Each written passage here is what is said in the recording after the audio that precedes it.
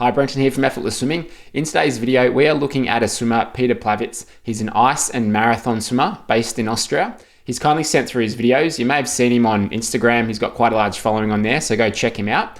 We're going to have to get into the weeds a little bit today.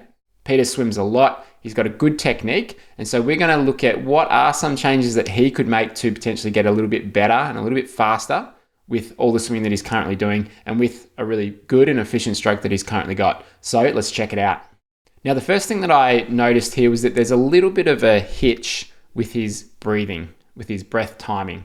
What you'll notice here when we go to the above water shot is as he gets his breath, we don't see him inhaling until now. I'm going to zoom in here so you can see this. He's inhaling now. Typically, we want to get the mouth out of the water, ready to inhale a little bit earlier, around about here, just before the hand is exiting the water. So as I play this through, you might notice this little bit of a hitch in the breathing where it's causing him to get his breath just a fraction too late. Now, you don't have to be perfect with this, but it does help if you get your breath at the right time and bring your head back at the right time. So typically what I'm looking for here is two things. One is that we want to have the mouth out of the water, ready to inhale by the time this hand is about to exit the water. You'll see he's almost there, but the inhale doesn't happen until about now. So just a fraction of a second too late there. Now, if you're too late there, what tends to happen is you don't get your eyes back in the water after the breath until a bit late. So we'll see here that his eyes are back down fully now, and his arm is here, just past his shoulder. To me, that's just a little bit later than the ideal position. So if he is able to get his breath a little bit earlier, that's going to have this much better rhythm in his stroke. So what I think is probably happening here is he turns his head at the right time. You want to pull into the breath. So as the hand's coming underneath your shoulder, you should pull into the breath. You begin to turn your head to the side when your hand is passing under your shoulder. So he does that nicely here, turns it at the right time, but you'll notice that his face is off to the side for a while until he actually gets his mouth out. So he's not completing the turn of the head soon enough. It's just there, but then he gets it out. There's just that little bit of a delay. So what I'd be looking to do here is turn the head completely, that little bit more, just as he's coming through there. So he might actually be trying to get the breath too low, like trying to keep the ear on his shoulder maybe, or trying to keep the head just lower than what's needed when he's getting that breath. Because it's okay to have the head a fraction higher, especially if it means that you can get the breath that little bit earlier. So I'd be looking to just complete the turn of the head a bit quicker. That is getting into the weeds a little bit, but that's the first thing that I noticed with Peter's stroke. And often anything to do with the breathing, that we're doing sort of wrong with it, can lead to other things in the stroke not being ideal, not being where they should be. So often we want to tackle the breathing first of all. So to me, that would be the first thing. And in terms of practicing that, what I'd be looking to do in terms of a drill would just be the side breathing drill with the kickboard, as you can see here. That way you can practice that fast turn of the head, bringing it back fast and still breathing low, but it can help him just get that breath a bit quicker. The next thing I'm looking at is the alignment here and the path of the hands. This was the second thing that stood out to me that I'd be looking to make a slight change and tweak to, but make a change here after adjusting the breath, because we don't want to try and do everything all at once. Keep it simple. If you choose one or two things at a time to work on, then you can actually make those changes. But if you're thinking about too much, you're not going to change anything. So the second thing here is, it probably needs to get on the train tracks just a little bit more. And obviously what we mean by train tracks is if we draw lines with the ear, we've got these tracks, these rails that run along there. When we enter and extend, we want to follow those tracks and that path. Now, it's okay to get close to the center. You see a lot of good swimmers getting close to the center, but we typically want to avoid crossing the center. So the center line's here. You'll see he's just crossed it, probably coming across that a little bit too far. Now, what's the problem with that? Why should we avoid crossing the center line there? There's a couple. If you're coming across a lot, then it can put your shoulder in some uncomfortable positions. But usually more than anything, if someone's coming across too much, like over here, then they're going to create a bit more drag with that arm in front. It's going to take them longer to get back into a propulsive position. and they won't be as streamlined. So there's a few reasons why we just want to get on the train tracks. And also, if you do cross over too much, sometimes it can lead to a bit of a extra curve through the body, so you end up snaking through the water a little bit. Not really happening too much here with Peter. However, I'd be looking to just get things a little bit wider. And usually the way to adjust that will be, sometimes extra rotation is what can cause it. But really here, I'd just be thinking, feel a bit wider. Maybe feel like you're out here as opposed to being here, just so that you do bring the arms out that fraction wider. But the main reason why I'd be looking to do that is what follows on from there. So we'll see from the front that the hands are crossing the center. Okay, it's come into the center a little bit too far. But in the next part of the stroke through the catch, we do see that he gets quite a good catch through that high elbow position, which I'll show you from the side. But as he goes through the catch and pull, the arms stay a little bit close to the center through some parts of the stroke, where I would imagine that he's probably losing a little bit of power because his arms aren't in as good a position as they could be with it. Now, again, as I said, we're kind of getting a little bit picky about things here, but it's what we want to do. So I'll show you from the side what he's doing with his catch. He's setting up quite well through here, particularly on this right side. He's got a great starting catch position of fingers below wrist below elbow, fingertips are at underarm depth. So that's a great position to start your catch when you're at full extension on the side there.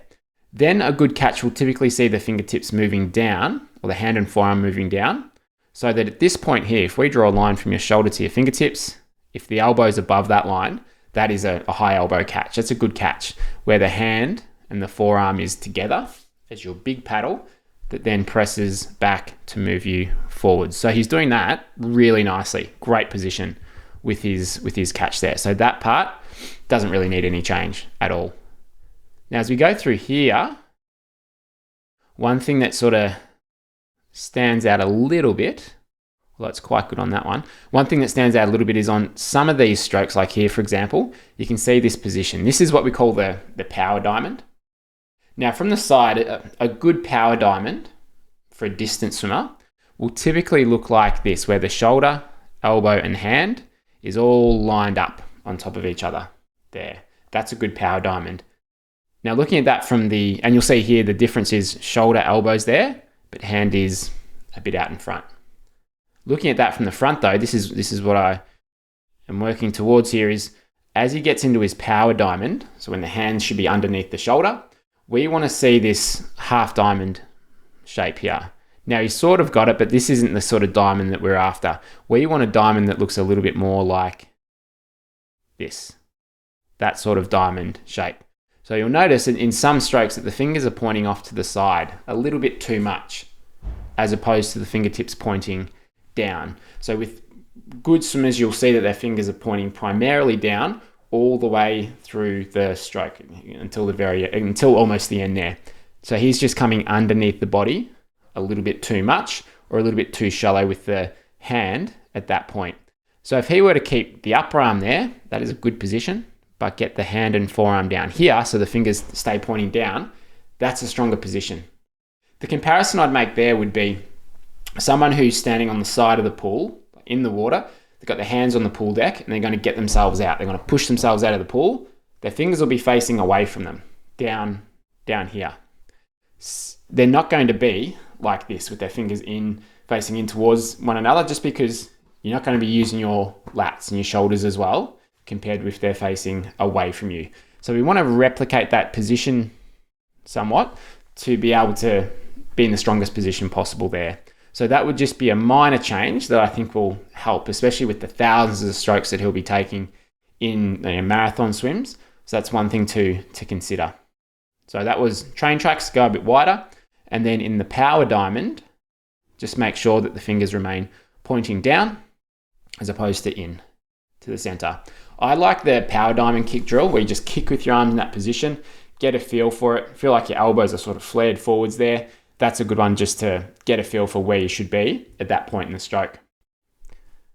If we ever look at his left arm during the catch, again, you'll see he starts in a really good position, fingers below wrist below elbow, nice profile of the body there, he's horizontal. Then as he goes through the catch, again, setting up pretty well, but it's not quite as good as his right one. So if he were able to improve on that left one a bit, again, taking several thousand strokes, improve it by 5%, it's going to be a good result. So we can see this catch position here. Not bad by any means, still holding good water, but could certainly be a little bit better.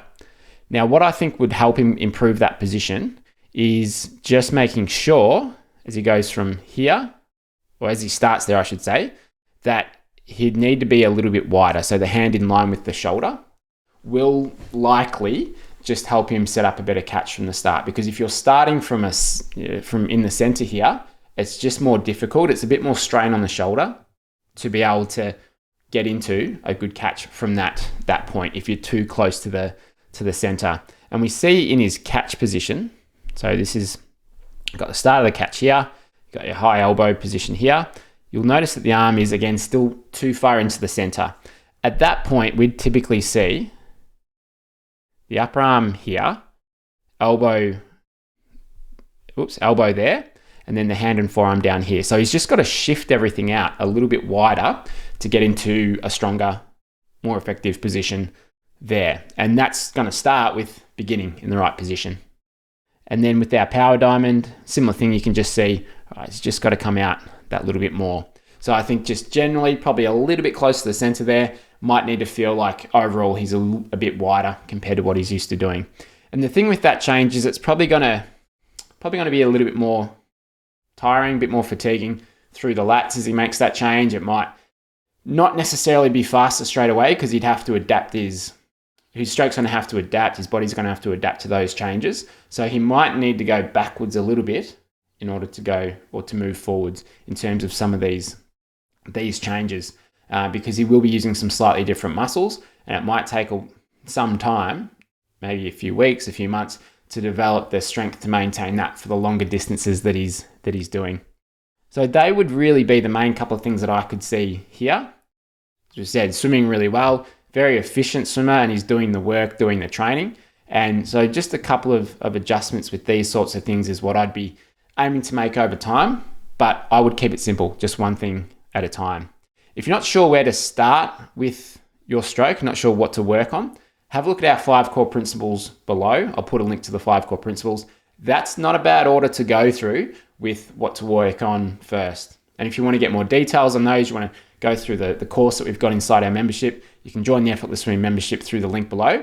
And when you join, I'll send you an email personally and help direct you to the best possible place for you to start so that you can swim faster. You can take 5, 10, 15 seconds off your 100-meter pace in the next 3 to 6 months. And I'll work with you to help you make those improvements and become a better swimmer. Thanks for watching. See you next week.